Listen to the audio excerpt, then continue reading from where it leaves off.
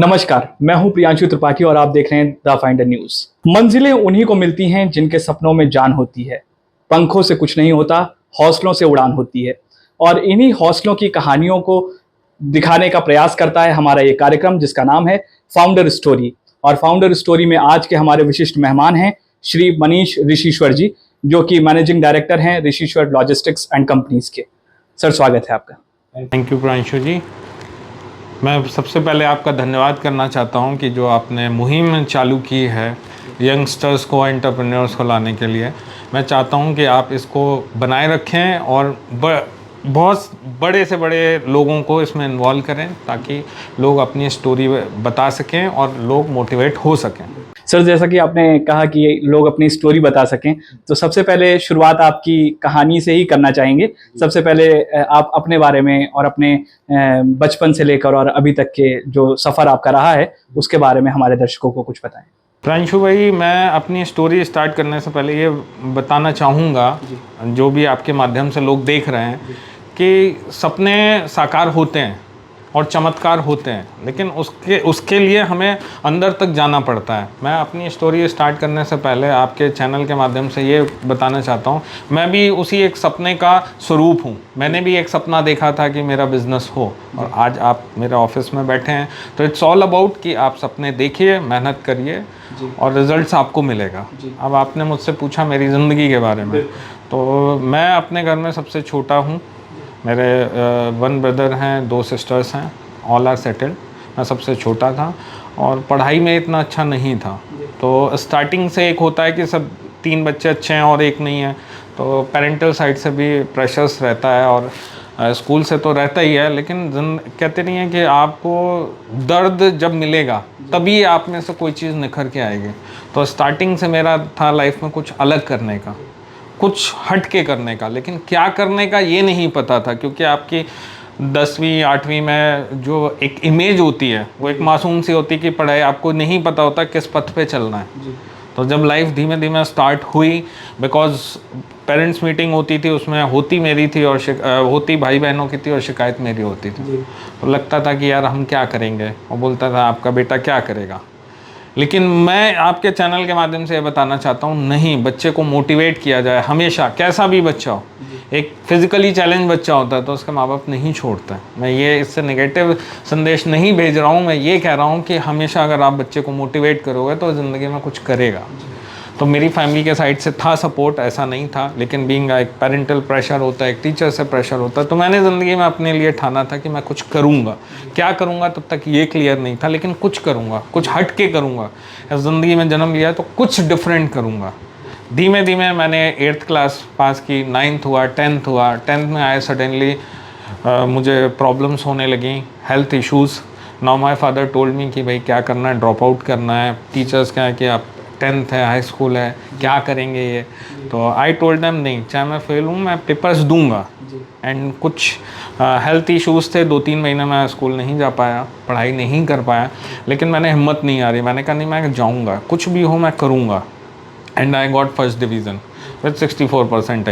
And then उसके बाद father ने कहा आप क्या करना है। मैंने कहा यार ठीक है, आई टेक बायो। कहते नहीं मैथ्स लो। मैंने कहा मैथ्स तो मेरे ऊपर से आती है, बायो भी, फिजिक्स केमिस्ट्री ऊपर से आती है, अब मैं क्या करूँगा। तो बोले नहीं कोई बात नहीं, फ़ीस है, तुम जाओ। मैं गया 1-2 दिन, मुझे वहाँ नहीं समझ में आया एंड आई डिसाइडेड कि नहीं मैं, तो उन्होंने बोला अब तू डिसाइड कर ले तुम्हें क्या पढ़ना है, क्योंकि भाई अब 2 ही ऑप्शन बचे, आइदर कॉमर्स और arts. In arts you go IAS PCS, और in commerce will go for BCom। Then I decide कि अब आर्ट्स तो नहीं कर सकता हूँ क्योंकि आर्ट्स में कोई स्कोप नहीं रहेगा। But that time also I was wrong. ऐसा नहीं है, आर्ट्स में अगर करता तो maybe I become IAS anyhow. Then the story is about to come. अभी मैंने 10th में मैंने कंप्यूटर्स लिया था, कॉमर्स ऑप्शन नहीं था। अब आप देखिए किस्मत कैसे पन्ना पलटती है। Again I join commerce. 11th 12th हुआ। 12th होने के बाद फिर डिसाइड हुआ कि नाउ ग्रेजुएशन। मतलब मेरी ज़िंदगी में रहा कि आसानी से चीज़ें नहीं मिली, मुझे उसके लिए दिन रात मेहनत करनी पड़ी। नाउ अब 12th हुआ, हिंदी मीडियम, यूपी बोर्ड से। आज हमारे देश में बोला जाता है कि हिंदी बोलिए, बट इम्पोर्टेंस आज भी इंग्लिश की है। लोगों, आप कहीं भी जाइए, टांग रखा है कि हिंदी में राष्ट्रवाद, ये सब है, लेकिन बोलना आपको इंग्लिश में पड़ता है। Now my father told me कि अब आप ग्रेजुएशन आप इंग्लिश में करिए। तो मैंने कहा चलो ठीक है, स्टार्ट करते हैं ग्रेजुएशन में, बिकॉज अब हिंदी से इंग्लिश कन्वर्ट करना है। आपने स्कूलिंग हिंदी मीडियम में किया? हाँ, till 12th I have done from UP board, और उसके बाद then I have started my graduation in English. तो then I have that after 12th I have done BCom, and once BCom completed, now comes to what I'll do. At that point of a time, 2-3 options came that you join some government job, or you can join, prepare for PO. Then I decided no, I'll do MBA, because options are less for BCom students की भाई एक होता है कि आप MBA करो, एक होता है आप बैंक में जाओ, एक होता है भाई आप प्राइवेट जॉब्स करो, एक्सपीरियंस लो, एक होता है उस समय हमारे टाइम बहुत चल रहा था BPO, कॉल सेंटर्स वगैरह। हाँ, call centres. I got placed in BPO। उस समय जब आप ग्रेजुएशन करते हो, मैं यूथ को आपके चैनल के माध्यम से समझाना चाहता हूँ कि उस समय आप ये मत देखिए कि आपको पैसा मिल रहा है, या आपको बड़े शहर में आपको बहुत से चीज़ें कॉम्प्रोमाइज़ करनी पड़ती हैं। अभी आपको खाना मिल रहा है, अभी हम लगता है हम घर में बोल देते हैं कि हमें ये चीज़ नहीं पसंद है, वो जब हम बाहर जाते हैं तो हमें कीमत पता चलती है। तो हम आपके चैनल के माध्यम से यूथ को बोलना चाहते हैं कि don't go if for BPO, और like if you have a career opportunity और आपको फैमिली से सपोर्ट है MBA कराने का या कुछ, तो आप फैमिली के डिसीजंस को जानिए, क्योंकि अभी आपसे ज़्यादा दुनियादारी उन्होंने देखी है। तो एजुकेशन परस्यू करें बच्चे, अच्छे एजुकेशन परस्यू करें जो कर सकते हैं। मैं ये नहीं कह रहा हूँ कि BPO ना ज्वाइन करें, लेकिन उस समय क्या होता है, ग्रेजुएशन के बाद लोगों को मेट्रो सिटीज़ में घूमने के लिए आज़ादी चाहिए होती है। तो ये आपका एक समय होता है। मैं आपके चैनल के माध्यम से ये भी बताना चाहता हूँ कि एक समय आता है जब आपको मेहनत करनी है। एक समय के बाद आप मेहनत करने लायक नहीं है, वरना आपको 40 एज में, 45, 50 में मेहनत करनी पड़ी। एक सर्टेन एज है। मैंने 23 साल की एज में स्टार्ट किया था अपनी कंपनी, तो आज मैं उस चीज़ को इन्जॉय कर रहा हूँ। अगर मैंने भी इन्जॉय किया होता उस समय पढ़ाई के, तो मैं यहाँ नहीं बैठा होता। तो आफ्टर ग्रेजुएशन प्रियांशु भाई ये हुआ कि ग्रेजुएशन के बाद आप क्या करें MBA में। I applied for SI। मुझे एक चीज़ मेरा स्टार्टिंग से क्लियर था, मुझे जाना है इंटरनेशनल बिजनेस में। उसकी भी एक छोटी सी स्टोरी है कि जब मैं छोटे में अपने घर से गांव जाता था, मैं गांव इज़ इन बकेवर, तो इटावा के पास है जी। सो मैं जाता था तो एक कंटेनर यार्ड पड़ता था कानपुर में। तो मैं कहता था, बिकॉज हम लोगों ने बचपन में मूवियों में देखा है, साउथ की मूवी या इंडियन मूवी में यार्ड कंटेनर बड़े बड़े खड़े हैं। तो मैं ट्रेन से आता, मैं देखता था ये क्या है, एंड आई नेवर नोज कि मैं उसी ट्रेड में जाऊंगा। तो I after completing my graduation once I entered in MBA। मैंने MIT इंटरनेशनल बिजनेस नोएडा से अपना MBA किया है 2008-10 में। और उसी समय मैंने डिसाइड किया था कि मैं इंटरनेशनल बिजनेस में जाऊंगा। उसका रीज़न एक था, एक तो कंटेनर बिजनेस कहते नहीं है, जहां आपको जाना होता है वो वाइब्रेशंस वैसे ही मैच होने लगती हैं, वो चुंबक की तरह आपको खींचने लगते हैं। सेम तरीके से मेरे साथ हुआ कि मैं brothers in merchant navy, so ship से रिलेटेड था। तो मुझे भी ये था कि मैं किस तरीके से जा सकता हूँ। आज की डेट में वो जहाज़ चलाते हैं और मैं, आप कह सकते हो कि कंटेनर्स भेजता हूँ। तो 2 वेज मिल गए। तब नहीं पता था कि कैसे हम कनेक्ट होंगे, बिकॉज उस समय आपको BSc नॉटिकल साइंस होना चाहिए या ये है, कॉमर्स स्टूडेंट्स के लिए नहीं था। लेकिन मेरे में स्टार्टिंग से एक ज़िद है कि मैं जो चीज़ अपने माइंड में करता हूँ वो मुझे करना है। फिर मैं ये नहीं देखता हूँ कि सामने वाला क्या करेगा क्या नहीं करेगा। और आप ये कह सकते हो कि भगवान की कृपा रहती है कि मुझे ये काम करना है, फिर नोबडी कैन स्टॉप मी कि नहीं करना है। बिकॉज आप जब 24 घंटे एक चीज़ सोचोगे, ईश्वर उसको 100% लगाएगा काम करना। अब मैंने किसी तरीके से BCom क्लियर की। BCom करने के बाद जब मैं MBA में आया तो एडमिशन्स के लिए, मैं इसलिए आपको सारी स्टोरी बता रहा हूँ कि आज लोगों को स्टारडम दिखेगा, लेकिन पर्दे के पीछे की भी कहानी जानना बहुत ज़रूरी है। इस प्रोग्राम का उद्देश्य ही यही है, पर्दे के पीछे की कहानी को मतलब सामने लाने? करना चाहता हूँ प्रांशु भाई कि आप लोगों को चांस दे रहे हो कि वो अपनी स्टोरीज को, क्योंकि मैं भी किसी से मोटिवेट हुआ हूँ, किसी की स्टोरी सुन के किसी ने मेरा भी हाथ थामा है, तो मैं चाहता हूँ कि मेरे से भी लोग इंस्पायर हों। आज पॉडकास्ट के 100 चैनल चलते हैं, लेकिन असली स्टोरी ये है कि आप लोगों को लेके आ रहे हो, आप यूथ को लेके आ रहे हो, और ऐसा नहीं है कि हम एक स्टूडियो में बैठे हैं। We are sitting in office which is created by with the grace of God by me. So अभी हमारा अब ग्रेजुएशन के बाद स्टोरी आती है एमबीए की। वो भी लाइफ टफ नहीं थी, हमने आईएफटी में स्टार्ट किया, एसआईआईबी में हमने डाला फॉर्म, और फाइनली ये डिसाइड हुआ कि एमिटी हमारे लिए एक, जब हम यूपी से आते हैं या हम कहीं से भी आते हैं तो एमिटी का नाम है। तो हमारे लिए एक समझ लीजिए सिम्बोसिस क्या आईआईएफटी था, हमारे लिए तो अच्छा इंस्टीट्यूट था, आज भी है।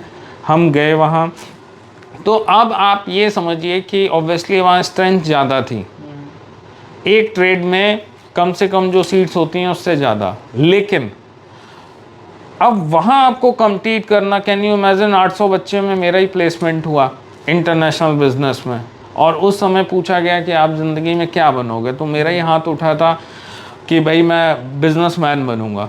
Eight that point of time I never knows कि मैं क्या करूँगा। समटाइम्स कहते नहीं है कि जैसे हमारे यहाँ बोला जाता है सरस्वती बैठी रहती हैं आपकी जवान पे, या आप जो करना चाहते हो वैसे ही रिएक्ट करते हो। उस टाइम यही हुआ मेरे साथ कि भाई मेरे भी दिमाग में ये आया कि मैं बिजनेसमैन। तब सारे लोग हंस रहे थे कि ये क्या बनेगा, हिंदी बोलता है इंग्लिश नहीं, because in age you know in MBA क्या है। मैं आपके चैनल के माध्यम से एक और चीज़ बोलना चाहूँगा कि जो भी पढ़ने बच्चे जाते हैं उनको कृपया करके मोटिवेट किया करें, क्योंकि कुछ ऐसी पर्सनैलिटीज़ भी आती हैं जो they are not fluent in English, they need a support from like other people also, faculty also, सब। तो हमने वो भी एक स्ट्रगल किया कि हमने अपनी पहचान खुद बनाई, हमने वहाँ स्ट्रगल किया, और मैंने कहा था चाहे कुछ भी हो जाए मैं इंटरनेशनल बिजनेस में ही जाऊँगा।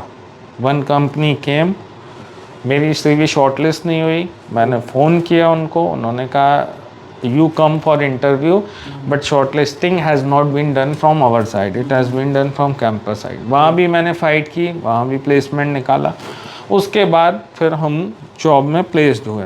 उसके बाद की भी कहानी है, हमने जस्ट प्लेसमेंट लिया, I got place in Dadri Albatross. वहाँ भी 15-20 दिन हुए, small incident happen to me. मैं जा रहा था और सम स्नैचर्स केम, और जो भी उन्होंने मुझे गन पॉइंट पे जो भी मेरे पैसे ऐसे थे वो रोक लिए। एंड देन अब 20 दिन हुए जॉब करने को प्रांशु भाई, तो आप ये नहीं कह सकते हो कि भाई अचानक it was surprise to me कि भाई अचानक गन पॉइंट पे ये क्या हुआ। आई टोल्ड टू मैनेजमेंट कि I need a cab, they said हम कैब नहीं दे सकते, you have to come down. I told जान है तो जहान है, I can't compromise. My father told me 3.5 lakh का पैकेज, अब तू छोड़ेगा तो कैसा होगा। मैंने कहा कोई बात नहीं, मेरे लिए मेरे हैं। एंड देन वो डिसाइडेड कि जैसे कि नहीं, वी डोंट रिक्वायर सर्विस। मतलब कंपनी ने आपको कह दिया कि we don't require your services? Because I was demanding cab और something else, and I was telling incident happen to me. They were saying कि maybe you are coining a story. अब कोई आपसे बोल दे आपके साथ इतना इंसिडेंट हुआ है और बोल दे कॉइनिंग अ स्टोरी, तो यू कांट से। मैंने कहा okay, no issue. Then I discuss with my family told me you just complete your probation period, क्योंकि फिर तुम्हें जॉब मिलने में दिक्कत होगी। प्रोविजन कितना का था? कितना? 3 महीने का रहता है, तो आई 20 डेज हुआ था, अब निकाल दिया अभी। तो मैं आपको इसीलिए अपनी पूरी खुल के स्टोरी बता रहा हूँ कि मैंने वहाँ भी फाइट की। I call to a person कि that you hired me, you just let me know the reasons why you are. तो ही सेड ये एटीट्यूड। मैंने कहा इसी एटीट्यूड को तो आपने रखा था, अब आपको 20 दिन में आपने पहचान लिया, आप तो भगवान से ज़्यादा हो कि भाई आपने एटीट्यूड को 20 दिन में परख लिया। कहते हैं again we are giving you a chance, you can come down after giving your papers, क्योंकि आप क्या होता था 4th सेमेस्टर में एग्ज़ाम से पहले ही प्लेसमेंट ले लेते थे। So I got selected. उसके बाद फिर मैंने पेपर्स दिए and then I return back and then I decided कि मैं प्रोफेशन करूं, बिकॉज माहौल एक ऐसा हो जाता है आज के कल्चर में, आप न्यूज़ सुन ही रहे होगे कि माहौल इतना प्रेशर्स का कई कई जगह सही है कि प्रेशर्स इतना कर देते हैं कि इंसान कहता है कि नहीं, मेरे लिए मेंटल पीस बढ़कर है इंस्टेड ऑफ ये डेली का मेरे से नहीं होगा। तो one day the HR person called me and he said I want to meet you. मैंने कहा okay and then at that day I decided नहीं, अब नहीं बर्दाश्त हो रहा है, now I will leave the company. अभी मेरे पास कोई ना जॉब है, नथिंग है।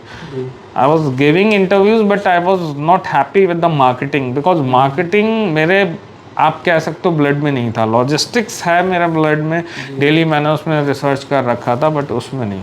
उसके बाद जब ये जर्नी स्टार्ट हुई देन फिर मैंने एक दिन डिसाइड किया कि आज मैं जॉब कर दूंगा। लोग बहुत रोते हैं, परेशान होते हैं। मैंने उस दिन पार्टी दी, हाँ, जॉब क्विट करने की पार्टी दी कि जैसे एक गले में फंदा हो, वो फंदा निकल गया। एंड पीपल वर शॉक्ड कि यार अब क्या करोगे, क्या करोगे। आई टोल्ड पापा caution money and what ever the salary I have received, I told आप एक अकाउंट में पैसा नहीं डालोगे, मैं जो भी है I will manage it. He said नहीं मैं डाल, मैंने कहा नहीं। अब बिलीव नहीं करोगे, उस जॉब छोड़ने का तो 1 साल मैं घर में बैठा and I have not taken a single penny from my family.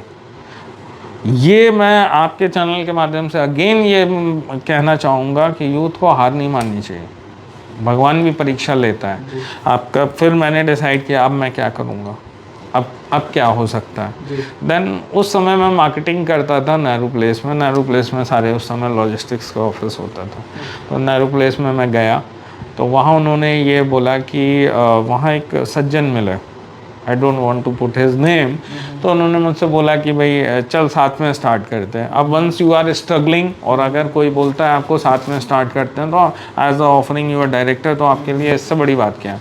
मतलब मुझे तो यही लगा ईश्वर कुछ करा रहा है। So at that point of a time दिनार भवन में हमने उस समय 40,000 50,000 का ऑफिस किया था। दिनार भवन में जैसे as you are sitting in my cabin, इतना ही बड़ा ऑफिस था 40-50,000 का 2011 में।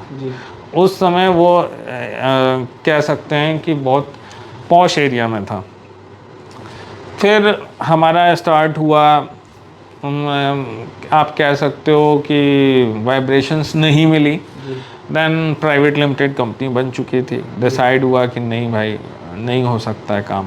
तो मैंने I told my brother, he said तुम्हारा कुछ समझ ही नहीं आ रहा, अभी तुम कंपनी बना रहे हो, अब कह रहे हो कंपनी को ख़त्म कर रहे हो कुछ समय। मैंने कहा यार मैं किसी से बंदिश में काम नहीं कर सकता हूँ, क्योंकि बिकॉज उसकी वाइब्रेशन मेरी वाइब्रेशन नहीं मिल रही। बिकॉज फैमिली के लिए भी होता है कि यार ये क्या कर रहा है, अभी जस्ट ग्रेजुएशन किया, MBA किया, MBA करने के बाद कंपनी खोली, अब कंपनी बंद, अब बोल रहा है दूसरी करेंगे। तो what I have decided, because I really give 100% respect to that person because he has given me a chance. मुझे लॉजिस्टिक्स का एल नहीं आता था, उन्होंने पूरा सब समझाया सिखाया। वाइब्रेशंस होती हैं भाई, हस्बैंड वाइफ में भी होता है, नहीं मिलते हैं, नहीं वाइब्रेशन, अपना दूसरा काम करता है, कोई अपना काम करते हैं, तो उसमें कुछ गलत नहीं था। He is like my guru, but sometime vibration doesn't match. तो what I have done it, I have started my own company in 2011 9 November. So 2011 में फिर उसके बाद से मैंने पीछे मुड़ के नहीं देखा। तो 2011 से लेकर 2023 की भी जर्नी में हम आएंगे, लेकिन मैं फिर अगेन आपके चैनल के माध्यम से ये बताना चाहूँगा यूथ को स्पेशली करूँगा कि आपको एक समय मिलता है जब आप 18 साल से ऊपर जाते हो, 21 साल के, तब आपके ब्लड में एक वो फ्लो होता है। आप ज़िंदगी में कहते नहीं है ये फन्ने कहाँ बन रहे हैं, तो आप ज़िंदगी में कुछ भी जो चाहोगे मिल सकता है, लेकिन आपको 100% मेहनत करनी पड़ेगी। आपको अपने दिल की सुनना है, उस समय अपने दिल की सुनना है। हो सकता है आपकी फैमिली बोले नहीं कर पाएगा, कोई बात नहीं, बोलो मेरे से ही होगा और किसी से नहीं होगा। ये जो वाइब्रेशंस होगी यही इंसान को आगे बढ़ाएगा। आपको डीमोटिवेट करने वाले बहुत, मोटिवेट करने वाले लिमिटेड मिलेंगे। तो आपके चैनल के माध्यम से मैं एक ये निवेदन करूंगा कि जितने भी हों आप अपने ऑरा अपना खुद बनाइए, लोगों के आसपास, दोस्तों, मित्रों को ऐसे सेलेक्ट करिए जो आपको मोटिवेट करें, डीमोटिवेट को हटाइए। क्योंकि what I am telling it कि ईजिली आपको डीमोटिवेट करने वाले बहुत मिलेंगे, बहुत मोटिवेट करने वाले कम। कुछ आपके फ्रेंड सर्कल्स होंगे, आप ऐसा फ्रेंड सर्कल्स बनाइए जो आपको विज़न दे, जो आपको बोले कि हाँ ये फील्ड में काम करिए या इसमें आगे बढ़िए। आजकल का यूथ अपने आप को लाइमलाइट में करने के लिए, अपना उसके लिए आपका एक समय है, आप उस समय को सदुपयोग करिए, ना कि दुरुपयोग करिए। अभी क्या होता है, अभी यूथ उसमें इन्वॉल्व होता है कि भाई हम मूवीज़ जाएंगे, हम गर्लफ्रेंड के साथ घूमेंगे। ठीक है, एक टाइम आएगा आप करो, अभी आपका टाइम है कैरियर बनाने का। मेहनत एक टाइम तो करनी पड़ती है, या बचपन में कर लो, या मिडिल एज में कर लो, या ओल्ड एज में कर लो, इट्स अप टू यू। सो ये जर्नी इसलिए बहुत ज़रूरी थी आपसे डिस्कस करने के लिए कि लोग इंस्पायर हों। क्योंकि बिकॉज आज आपको देख के लोग कहेंगे नहीं इनका सेटअप ऑलरेडी होगा and they are doing, no, it's all about, you can search us on Google, सारी डिटेल्स हैं। The journey which I have face, उसको शब्दों में बयां करना डिफ़िकल्ट है। जो हो सकता है आज 13 साल की जर्नी में 13 साल से सही से सोया ना हो, ये मैं जानता हूँ ना, ये दूसरा नहीं जानता होगा। जब एक कोई स्टोरी स्टार्ट होती है तो उसके पीछे, पर्दे के पीछे की मेहनत कोई नहीं देखता है, सामने की देखता है। अब हम आगे बढ़ेंगे और आपसे यात्रा के दूसरे पड़ाव की बात करेंगे, जब ऋषिश्वर लॉजिस्टिक्स का इनकॉर्पोरेशन हुआ और उसके बाद किस तरह के चैलेंजेस, और क्योंकि आप नए थे इस सेक्टर में, तो कैसे आपने एक मार्केट वैल्यू बनाई और कैसे एक कंपनी को ना सिर्फ जन्म दिया बल्कि उसे चलाया, तो उसके जो चैलेंजेस आपके यात्रा में रहे उनके बारे में कुछ बताएं। मैं सबसे पहले तो ये कहना चाहूँगा कि इंसान कुछ नहीं करता है, वो एक कठपुतली है, उसको सब कराने के लिए ईश्वर भेजता है कि भाई तुम्हें इस फील्ड में जाना है। मुझे लॉजिस्टिक्स में ही क्यों जाना है, या आप मीडिया में आए क्यों आए? क्योंकि ईश्वर ने सबको एक रोल दे रखा है। तो चैलेंजेस हर फील्ड में, आपकी फील्ड में अलग चैलेंजेस हैं, मेरी फील्ड में अलग चैलेंजेस हैं, लेकिन आपको हिम्मत नहीं हारनी है। जब मैं इस इंडस्ट्रीज़ में आया तो अब आप सोचिए तब मैं कैसा दिखता हूँगा, बिल्कुल एक डिफरेंट फेस था। एक यंग लड़का, बिल्कुल डोसाइल, बिल्कुल सीधा साधा, पतला दुबला, and there is no background, there is no backup. How a exporter who is exporting the goods in the volume or in the value of crores, how they give me a business? Because business मिलता है face value पे, business मिलता है आपके काम को देखने पे, business ऐसे कैसे दे देगा कोई? That was a difficult scenario to me, and I was looking for a means opportunity. So I also want to thank my friend Vaibhav Agarwal, who was working in Crystal Crop at that point of a time in Delhi. So he has given me an opportunity that he said our company has started just export, you are a forwarder, so just give us a rate। और हम लोग ने start किया, and he has given me that first opportunity। एक विश्वास की, आप समझिए आपने नया जस्ट स्टार्ट किया है, एक एमिटी का लैपटॉप और एक सेक्टर 37 का एक छोटा सा घर जो गैरेज में लोग घर बना देते हैं, वहाँ से स्टार्ट किया। और अगर कोई आपको बिज़नेस दे रहा है तो मैं मतलब भगवान कुछ करा रहा है, तो इट वाज, आप कहते नहीं है फर्स्ट बेबी, सब हर कोई जानता है, वैसे ही वो मेरा फर्स्ट बिजनेस था। सो आई एडमायर दैट गाय कि who has given me a chance. और वो फर्स्ट शिपमेंट्स ऐसा हम लोगों ने किया कि आज भी हम उसके साथ काम कर रहे हैं, and he has started its own and he is supporting me. So I am thankful to mister Vaibhav Agarwal who has given me a chance. और आज भी हमारा वो संबंध वैसे ही है, आज भी हम बिज़नेस कर रहे हैं और अच्छा कर रहे हैं। तो मैं ये कहना चाहूँगा कि भाई जब हमने काम स्टार्ट किया था 2011 में, तो हर्डल्स तो बहुत सारे थे प्रियांशु भाई, चाहे वो स्टार्टिंग से लेके हो फंड्स का। अब आप एक्सपोर्ट कर रहे हो तो आपको कोई भी एडवांस पेमेंट नहीं देगा, उसके लिए आपको फंड्स चाहिए होते हैं। पता नहीं, जैसे कि ईश्वर कराना चाह रहा है, क्योंकि एक कंटेनर का freight 5-5 lakh 10-10 lakh. I have just started, I don't have funds, so that's also. कैसे मैनेज करते थे? ऐसा होता था कि मैं, वैसे बोलना नहीं चाहिए लेकिन on camera I can speak कि भाई ऐसा होता था कि शिपिंग्स लाइन में will give them check and we said it कि 2 days बाद, अब तो RTGS NEFT आ गया, वो सिस्टम नहीं कि 2 दिन बाद लगा देना, 3 दिन बाद लगा देना। तो लोगों ने हेल्प किया, ऐसा नहीं है कि कोई भी इंडिविजुअल बिना हेल्प के नहीं हो सकता है। तब तक हमारे पास BL स्कैन मिल जाता था, ऑन दैट बेसिस हम काम कर लेते थे। तो ऐसा भी चीज़ होता है, लोगों ने हेल्प किया है। मैं किसी के किए को भूलता नहीं हूँ, अगर किसी ने सपोर्ट किया है तो किया है। उस टाइम भी हम लोगों ने मैनेज किया।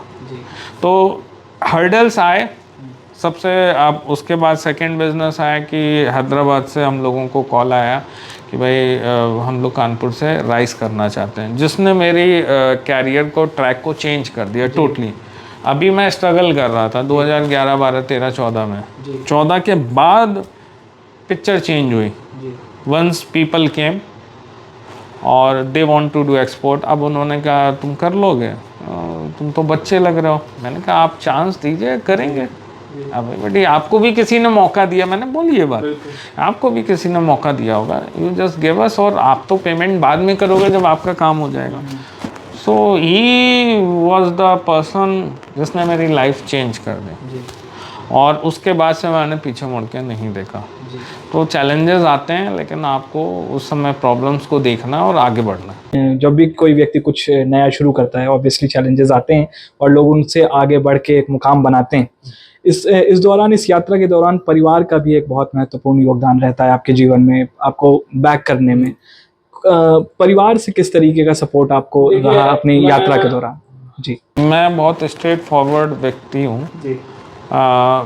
परिवार ने किया सपोर्ट, लेकिन क्या होता है, देखिए उनका कंसर्न रहता है कि सब सरकारी जॉब वाले हैं, तो उनको सब सरकारी जॉब चाहिए, उन्हें बिजनेस की ABCD नहीं पता। अगर आपको मर्सिडीज़ में बैठना है तो आप सरकारी जॉब में नहीं बैठ सकते हो, you have to work hard. मेरा ड्रीम था कि मैं अलग हट के कुछ फैमिली में करूं। Everybody is in government job except my brother, and he was in merchant navy, so he was also withdrawing a handsome salary, so I have decided I want to do separate। हाँ, मेरे भाई ने support किया। he said नहीं पापा, he'll do it, वो कर लेगा, आप करो। अभी उसकी उम्र ही क्या है, 1-2 साल में। क्योंकि मैं फिर आपके चैनल से एक बात कहना चाहूँगा, आप 1-2 साल अपने, हर इंसान जिसके सपने हैं वो करे, वो अपना खर्चा निकाल लेगा 2-3 साल में। अगर वो 23 साल का है तो 25-26, जब तक वो मैरिड नहीं हो रहा है, उसे अपना 100% देना चाहिए। लोग क्या करते हैं कि नहीं, जिम्मेदारियां पहले ले लेते हैं। नहीं, पहले आप अपना कैरियर बनाइए, फिर देन यू गो फॉरवर्ड। आजकल आपने कहा कि पहले करियर बनाइए और फिर यू गो फॉरवर्ड। आजकल करियर बनाने में मतलब लोगों को काफ़ी समय लग जा रहा है कभी-कभी, तो ये बैलेंस कैसे बनाएं जीवन में? ईश्वर को जब कुछ कराना होता है ना, तो वो कराएगा, वो आप ही से कराएगा। वो पहले आपको कहते नहीं है, दुनियादारी सिखाता है, आपको इतनी कीलें ठोकेगा आपके ऊपर कि आप पेन से ही करा जाओगे, लेकिन उस पेन में आपको बहुत कुछ सिखा जाएगा। कैन यू बिलीव इट कि मैं जब आया तो मेरे 24 घंटे एक ही चलता था कि मुझे सक्सेस करना है। मैं अब, मेरा नाम भी जो मैंने लिखा है Rishishwar logistics, that is my surname, and I never want कि मेरा कोई चेक बाउंस हो, मेरी कंपनी पे कोई दाग लगे। मैंने इसको एक इबादत की तरीके से किया है। एक आप प्रे करते हो, एक भगवान की पूजा करते हो, एक हनुमान चालीसा पढ़ते हो, इसी तरीके से मैंने जिया है। मैंने ऋषिश्वर लॉजिस्टिक्स में अपने 13 साल इस तरीके से किए हैं। चाहे आज भी आप, कैन यू बिलीव इट, एक तरफ मंडप में आपके शादी के मंत्र चल रहा हूँ, मैं फ़ोन पे अपने काम की बातें कर रहा हूँ। Can you imagine this? And मुझे उसमें कोई वो नहीं है कि हेजिटेशंस, मेरा जुनून दिखता है कि हाँ ये किया है। हर इंसान में एक चीज़ होता है कि उसका जुनून ही उसको आगे बढ़ाता है। आपका जुनून था कि आपको प्रिंट मीडिया में आना है या मीडिया में आना है, तो वो आपका जुनून है, वो आप जानते हो, दूसरा नहीं समझ सकता। अभी जब मैं ऋषिश्वर लॉजिस्टिक्स के बारे में पढ़ रहा था, तो ऋषिश्वर लॉजिस्टिक्स 4 पिलर्स को लेकर चलता है। मैं चाहूँगा दर्शकों को आप 4 पिलर्स के बारे में बताएं, और ये भी बताएं कि क्योंकि आपके ऑपरेशंस जो हैं वो देश भर में फैले हुए हैं, तो वो चारों पिलर्स को आप ये कैसे इंश्योर करते हैं कि वो हर जगह भी फॉलो हो रहा हो? देखिए 4 पिलर्स तो ऐसा है, अगर आप थ्योरेटिकल और जो आपका फिलॉसफी ऑफ द कंपनी, आप थ्योरेटिकल जाओगे तो वो एक अलग होता है। जैसे 3P, third party logistic, 4 party logistic, there are a terminology which जो एक होता है कि प्रैक्टिकल जब आप आते हो, जैसे आप एक थ्योरेटिकल किताब पढ़ते होगे और जब प्रैक्टिकल करते हो तो डिफरेंस अलग होता है। तो जो पिलर्स होते हैं, पिलर्स इज ऑल अबाउट कि आपका क्या है पैशन, एफिशिएंसी क्या है, आप काम को किस तरीके से करते हो। जो हमारा लॉजिस्टिक्स का network, it's not a easy, ये डोमेस्टिक ट्रांसपोर्टेशन नहीं है कि दिल्ली टू लखनऊ आपको पहुंचाना है cargo, no, it's a international trades.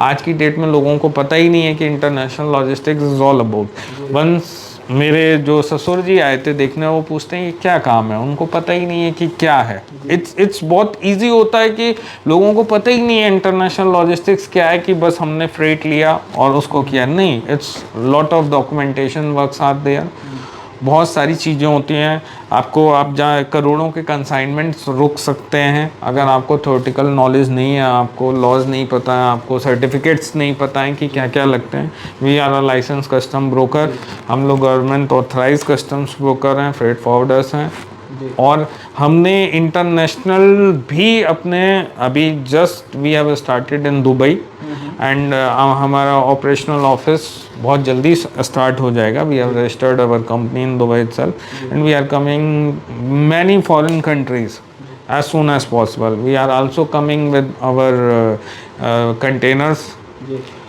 So what your question was all about कि 4 pillars. पिलर्स ऐसा नहीं होता है, पिलर्स ऐसा होता है कि जो हमने एक विज़न और मिशन लिया है, क्वालिटी, कि हमें ये क्वालिटी मेंटेन करनी है, हमें कॉम्प्रोमाइज़ नहीं। आप बिलीव करोगे कि इतने सारे पेमेंट स्टक हो जाते हैं, फिर भी हम किसी भी कस्टमर्स के साथ क्वालिटी को मेंटेन करते हैं। हम ये नहीं कहते हैं कि नहीं भाई हम क्वालिटी, आपका पेमेंट नहीं आया, हम कहते हैं ठीक है पेमेंट आता रहेगा, फर्स्टली गिव देम क्वालिटी। अभी आपने अपने जवाब में कुछ चीज़ों का जिक्र किया है, मैं उनको बारी बारी से उन पर बात करेंगे हम लोग। सबसे पहले तो मैं ये जानना चाहूँगा कि दर्शकों के लिए आप ये बताएं कि इंटरनेशनल ट्रेड की एक तो मतलब बुकिश परिभाषा तो सब पढ़ लेंगे कहीं ना कहीं से इंटरनेट पे, लेकिन प्रैक्टिकली उसको बताएं थोड़ा सा, इंटरनेशनल ट्रेड का सिनेरियो वगैरह। प्रियांशु भाई, आपके चैनल के माध्यम से एक बात बोलूँगा कि लोगों को पहले बेसिक क्लियर होना चाहिए। आप मीडिया में तो आपको सारे बेसिक्स क्लियर होंगे, then you entered in this industry. मुझे लॉजिस्टिक्स का, as I told you, L भी नहीं आता था, बट इफ़ आई टोल्ड, मैं बड़े से बड़े लोगों को लॉजिस्टिक्स में चैलेंज कर सकता हूँ कि लॉजिस्टिक्स एंड सप्लाई चेन में अंतर बताएं जी। Everybody will say the same definition, but there's a difference. So what I'm telling it, firstly you should know the basic in the industry कि what is the basic all about. Logistics क्या है? Logistics के बारे में ये नहीं है कि बस यहाँ से सामान लिया वहाँ किया, no, international logistics has change. आप बाहर जाइए, बाहर अच्छे अच्छे पैकेजेस हैं। इंडिया में क्यों ग्रोथ नहीं है? Because nobody has approach to that segment. आप जब कोई चाइना में आइटम आता है तो वो इंडिया में, जब फॉर एग्जांपल आप फ़ोन है, फ़ोन के टेम्पर्स आए तो एक बार वो चांदनी चौक में आए, उस समय वो मार्केट एक निशा है, लोगों को पता नहीं, धीमे धीमे आके वो पता है। तो जब तक आप मार्केट के अंदर नहीं जाओगे, जब वो ट्रेड के बारे में नहीं, लोगों को पता नहीं है। आप फॉरेन में जाइए, everybody wants to work in logistics in foreign countries, why? Because they are giving them a handsome salary. India में अभी हो रहा है, why our countries developing, this is the reasons. Port, ये सब जो फॉरेन कंट्रीज में हो चुका है वो अब यहाँ हो रहा है। हम लोग वैसे ही ऑलरेडी पीछे हैं, लेकिन मैं आपके चैनल के माध्यम से कहूँगा कि यूथ को बैंकिंग और सर्विस सेक्टर के साथ साथ लॉजिस्टिक सेक्टर में भी आना चाहिए, ताकि वो अपने कैरियर को एक अच्छे मुकाम दे सकें। जी। कुछ आपने सर्टिफिकेट्स का भी जिक्र किया था अभी, तो मैं ये भी जानना चाहूँगा कि किस तरीके के सर्टिफिकेट्स होते हैं और ये कौन कौन से हैं। जैसे क्या होता है कि आप लॉजिस्टिक्स कंपनी स्टार्ट करते हो तो सर्टिफिकेट ऑफ इनकॉर्पोरेशंस या जो मैंने आपके नॉर्मल सर्टिफिकेट्स लगते हैं वो तो लगते ही हैं। अब हमारी ट्रेड में फ्रेट फॉरवर्डर्स और या इसके लिए एक कस्टम ब्रोकर का एग्ज़ाम होता है जो मिनिस्ट्री ऑफ फाइनेंस कराता है, और जिसमें आप ऑथराइज हो जाते हो एक्सपोर्टर के बिहाफ पे गुड्स को क्लियर करने के लिए ऑल ओवर इंडिया। दैट्स ये नेसेन कराता है, national academy of custom, indirect tax and narcotics. और ये इसमें क्या होता है, MBA चाहिए होता है या ग्रेजुएशंस के बाद 5 साल का जी कार्ड का एक्सपीरियंस। तो अपॉर्चुनिटीज़ बहुत हैं, लॉजिस्टिक सेक्टर में डिपेंड करता है कि आप किस तरीके से लेते हो। तो मेन जो इसमें सर्टिफिकेट चाहिए होता है कि आप प्रोप्राइटर भी कर सकते हो, जो ही नहीं है यूथ अगर किसी को स्टार्ट करना प्रोप्राइटर करें, एमबीए के दौरान पढ़ाई करते रहें या ग्रेजुएशंस के बाद हैं, अपना टारगेट फिक्स कर लें। कस्टम्स ब्रोकर्स की बहुत सारे रिटायर्ड कमिश्नर्स हैं, कोचिंग चलाते हैं, आप उनको भी देख सकते हो। इट्स अप टू यू, आपका टारगेट क्लियर होना चाहिए। सर्टिफिकेशंस के लिए ऐसा कोई सिंपल नहीं है कि कोई यहाँ जीएसटी मैंने सर्टिफिकेट ऑफ इनकॉर्पोरेशंस ये सब होता है। इसमें बस जो मेन होता है जिससे आप गुड्स क्लियर कर सकते हो, that is CHA licence, custom house broker licence. Sir अभी बातचीत के दौरान हमने एक पॉइंट जो हाईलाइट किया है वो है कि आपने कहा कि आप क्वालिटी से कॉम्प्रोमाइज़ नहीं करते हैं बजाय के कॉम्पिटिटिव प्राइसिंग के होते हुए, तो ये कैसे करते हैं आप? ये ऐसे होता है कि समटाइम्स मैंने देखा, मैंने कोई कोटेशन भेजा, दूसरा कस्टमर कह रहा है आपका कोटेशन 500 रुपये 1000 महंगा है। देन मैंने ग्राउंड पे, बिकॉज मैंने ग्राउंड पे काम किया है, ग्राउंड पे आपसे कौन क्या कर रहा है सब कुछ ग्राउंड में कुछ छुपता नहीं है। मैंने प्रैक्टिकली रीच स्टिकर पे भी चढ़ा हूँ, मशीन पे भी चढ़ा हूँ, वहाँ से ट्रेन पे भी देखा है, वेयर हाउस भी देखा है, 20-20 किलोमीटर यार्ड में भी चला हूँ, 100 रुपए के जूते पहन के भी काम किया है, स्केचर्स पे भी काम किया है। तो वहाँ आपको क्वालिटी पता चलती है कि एग्जैक्टली क्या है। आप कस्टमर को आप कोटेशन दे रहे हो 500-1000 रुपये कम, तो कहाँ से दे रहे हो? हम लोगों का राइस का काम चलता था, तो व्हाट ही डिड इट, पन्नी नहीं लगाना, फ्यूमिगेशन में डोजेस कम कर देना। तो ये रीजंस है ना। अब जो आपको दवा पड़ रही है 2000 की, वो 500 रुपये की कर रहा है, तो वो तो कार्गो से खेल कर रहा है ना। कल उसमें कीड़े आ जाएंगे, इंसेक्टिसाइड आ जाएगा, तो फिर वो तो कार्गो रिटर्न आएगा, वो अपना बेनिफिट देख रहा है। तो एज आई टोल्ड यू कि हम कॉम्प्रोमाइज़ नहीं करते हैं। ये सब चीज़ें प्रैक्टिकल हमने देखी कि भाई वो अगर हमसे कम्पिटिटिव है तो क्या कर रहा है। गंदे कंटेनर्स, स्क्रैपी कंटेनर्स, कानपुर में स्क्रैप आता है, स्क्रैपी कंटेनर्स यूज़ कर रहा है जो नहीं होना चाहिए, बट स्क्रैपी कर रहा है। अब स्क्रैप में ऑब्वियसली बोरे ख़राब होंगे, या फूड आइटम है, फूड आइटम तो हेल्थ के लिए मतलब कई कंट्री में तो रिजेक्ट ही हो जाता है। अभी जब हम बातचीत कर रहे थे तो आपने ये भी कहा कि बच्चे जो हैं वो शुरू से ही एक मतलब रुझान रखें और लॉजिस्टिक सेक्टर में आएँ। कई लोगों को ये भी लगता होगा दूर से देखने पर कि ये बहुत ज़्यादा कैपिटल इंटेंसिव सेक्टर है और बहुत पैसा चाहिए, कैपिटल चाहिए, बैकिंग चाहिए। तो क्योंकि अभी जब हम ऑफ कैमरा डिस्कस कर रहे थे तो आपने कहा था कि आपने एक लैपटॉप के माध्यम से सबसे पहले शुरू कर दिया था। तो कैसे लोग, अगर जो कोई नया जो कुछ शुरू करना चाहता है वो कैसे कर सकता है? देखिए क्या है, आपके सामने मैं बैठा हूँ, आपको बताया कि I basically belong a very middle class family. My father told me कि you want to do it, but अभी हमें सिस्टर्स की मैरिज करनी है, we have a limited funds, so I told you कि आई हैव जस्ट स्टार्ट। आप में हुनर होना चाहिए, करने कराने वाला ऊपर वाला है, ही विल मैनेज एवरीथिंग। आप में जुनून होना चाहिए, हेल्पिंग हैंड्स आएंगे आपके पास। ऐसा नहीं है, हेल्पिंग हैंड्स मेरे साथ भी आए। Today if I am sitting in that chair, it doesn't mean कि टुडे आई कैन से नहीं यार मैंने सब अपने से किया। नहीं, हेल्पिंग हैंड्स आते हैं, दोस्त, मित्र, फ्रेंड्स, कलीग्स सब आते हैं। और अगर इस कंपनी में आज हम आपके सामने खड़े हुए, तो इस कंपनी में हर किसी का पसीना लगा हुआ, हर किसी की मेहनत, हर कोई पिलर बन के खड़ा हुआ है। तो इंडिविजुअली कोई इंसान नहीं काम कर सकता, एक म्यूचुअल सपोर्ट चाहिए, एक कोऑपरेशंस चाहिए, जो मुझे मेरे स्टाफ से, मेरे फ्रेंड से मुझे भी मोटिवेट किया। हाँ, मैं ये फिर अगेन कहूँगा कि हाँ, आप सिंगल लैपटॉप से पूंजी की ज़रूरत नहीं होती है। जैसे फॉर एग्जांपल आपके भी प्रिंट मीडिया में है, तो ये ज़रूरी नहीं है कि आपको बिग कैमरास चाहिए। आपको काम तो स्टार्ट छोटे से ही होता है।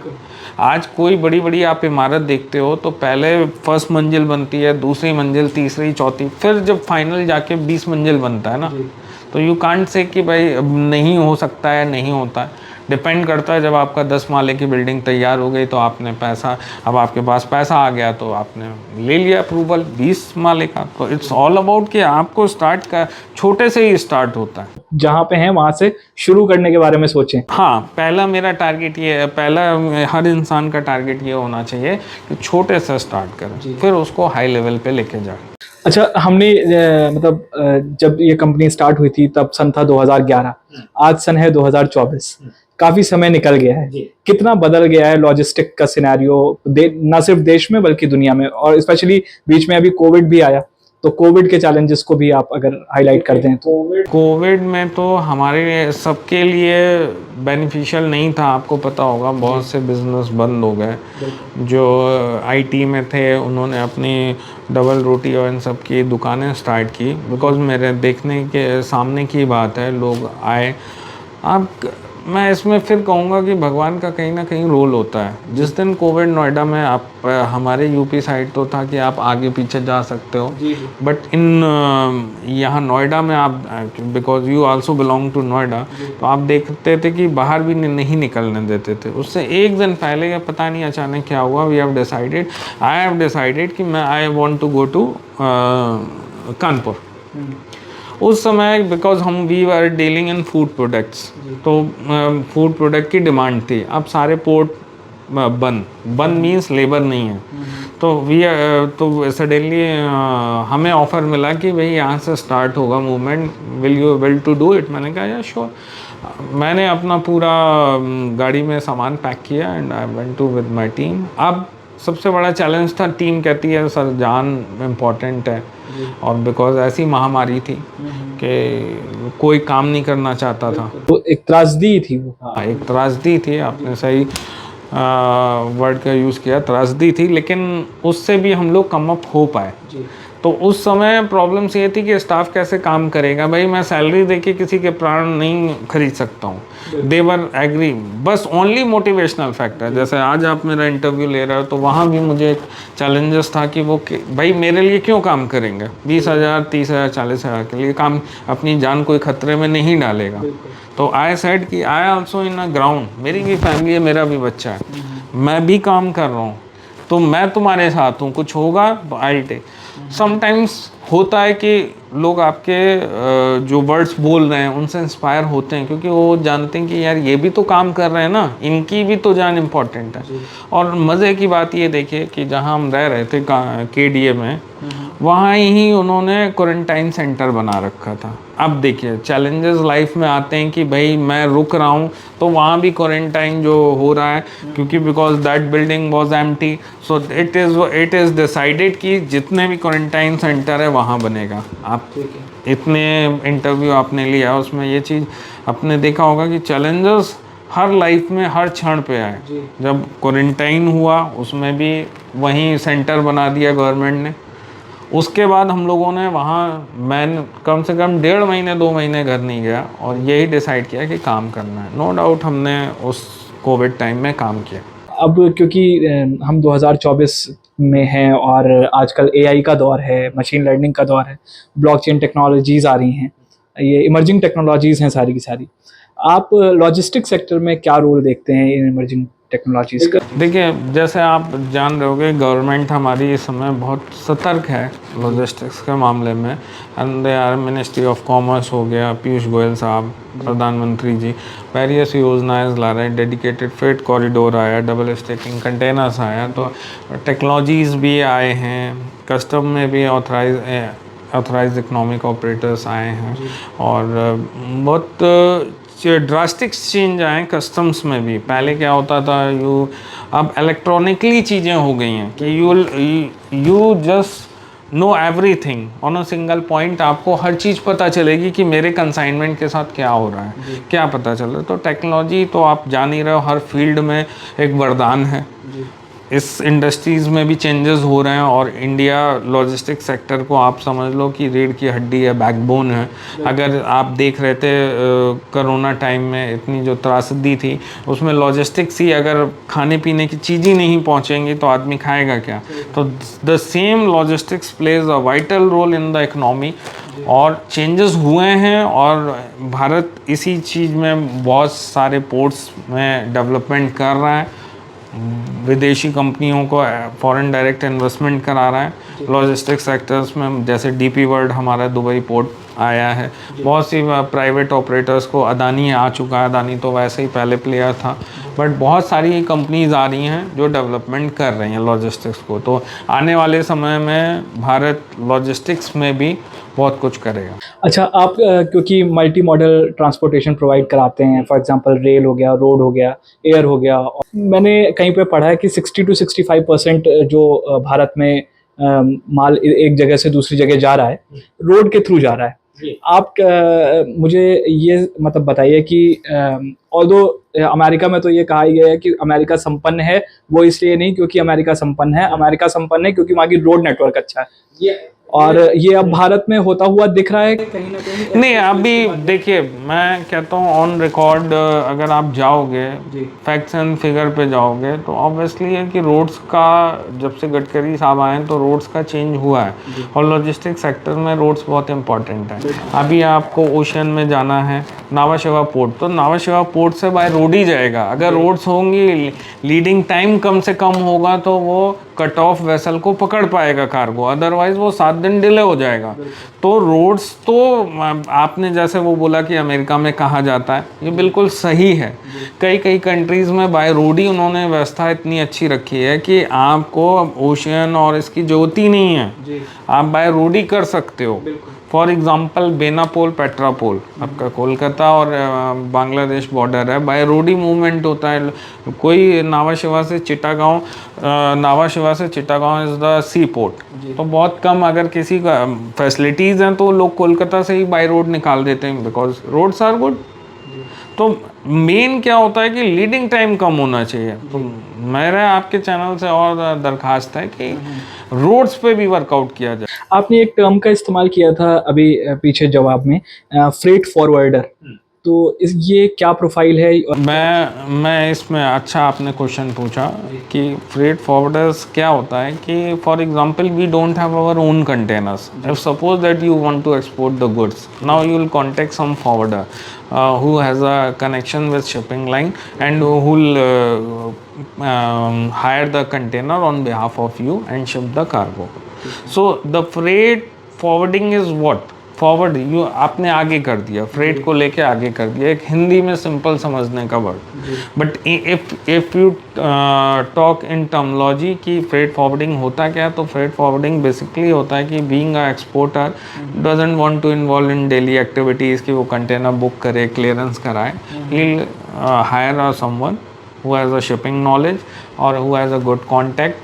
He will quote our quotation to the customer and he say कि हाँ sir, we are agree on that and we'll do. So the freight forwarders is basically to forward the things. So that facilitates the movement of, okay, okay. Sir, आपने हमें अपना समय दिया, इसके लिए बहुत बहुत धन्यवाद। और चलते चलते एक हमारे दर्शकों के लिए एक कोई फाइनल वर्ड ऑफ एडवाइस अगर आपकी तरफ से। प्रांशु भाई, बहुत टाइम कम था, मुझे तो बोलना बहुत ज़्यादा था, लेकिन अब मैं पहले तो अगेन आपको थैंकफुल हूँ, धन्यवाद करना चाहता हूँ कि आपके चैनल के माध्यम से मुझे ये मौका मिला कि मैं अपनी बात रख सकूँ। समटाइम्स लोगों को मौका ही नहीं मिलता है कि वो अपनी बात रख सकें, अपने एक्सपीरियंस को लोगों तक पहुंचा सकें। तो मैं एक ही बात कहना चाहूँगा, सपने देखिए और सपने साकार होते हैं, लेकिन उस सपने के लिए आपको जी तोड़ मेहनत करनी पड़ती है। आपको दूसरे का नहीं सुनना है कि दूसरा क्या कह रहा है क्या नहीं। सपना आपने देखा है, उस डेडिकेशन को आपको देखना है, लाइफ को आपको एंजॉय करना है। बैरियर्स आएंगे, हर्डल्स आएंगे, नेगेटिव पॉजिटिव सब प्रकार का आदमी मिलेगा, लेकिन आपको अपना विज़न क्लियर रखना है। जिसको ये है कि जिसको पता है कि मुझे स्टार्टिंग से ही आर्मी में जाना है, तो मैं एनडीए की प्रिपरेशंस और मैं तय करूँगा जहाँ मुझे क्लियर है, तो मेरे सोते जागते एक ही चीज़ होगा कि मैं आर्मी के प्रिपरेशंस करूँ। उसी प्रकार से जैसे मैंने आपको बताया अपनी जर्नी की, मेरा भी स्टार्टिंग से मकसद था कि ज़िंदगी में कुछ पाना है।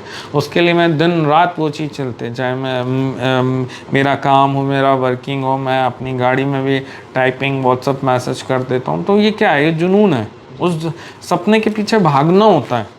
सपना नहीं मिलता। आज आप स्टोरी किसी की भी सुन लो कि ये यहाँ पहुँच गया, वो वहाँ पर, उसके लिए उसने मेहनत की है, ऐसे नहीं पहुँच गया। एक सडनली होता है कि हम कहते हैं कि 4 क्वेश्चंस आए, विकल्प आए और हमने उसमें टिक मार दिया, वो तुक्का ज़िंदगी में नहीं लगता है। ज़िंदगी बहुत आपको रगड़ती है और फिर कुछ देती है। तो मेरा आपके चैनल से यही माध्यम है कि यूथ आगे आएँ, मेहनत करें, अपना कुछ भी है अपना पर्सनैलिटी डेवलपमेंट करें और अपनी एज के अकॉर्डिंगली ही काम करें। ऐसा नहीं है कि वो 40 साल बाद मेहनत करेंगे तो वो पुराना समय नहीं आएगा। समय का सदुपयोग करें और आगे बढ़ें। बिल्कुल। चलते चलते अगर कोई किताब आप मेंशन करना चाहते हो जो आपको मोटिवेटेड रखती है? तो मैं किताब से ज़्यादा मैं कोटेशंस पढ़ता हूँ, शेर व शायरी पढ़ता हूँ। और क्या है कि मैं एस्ट्रोलॉजी में ज़्यादा बिलीव करता हूँ।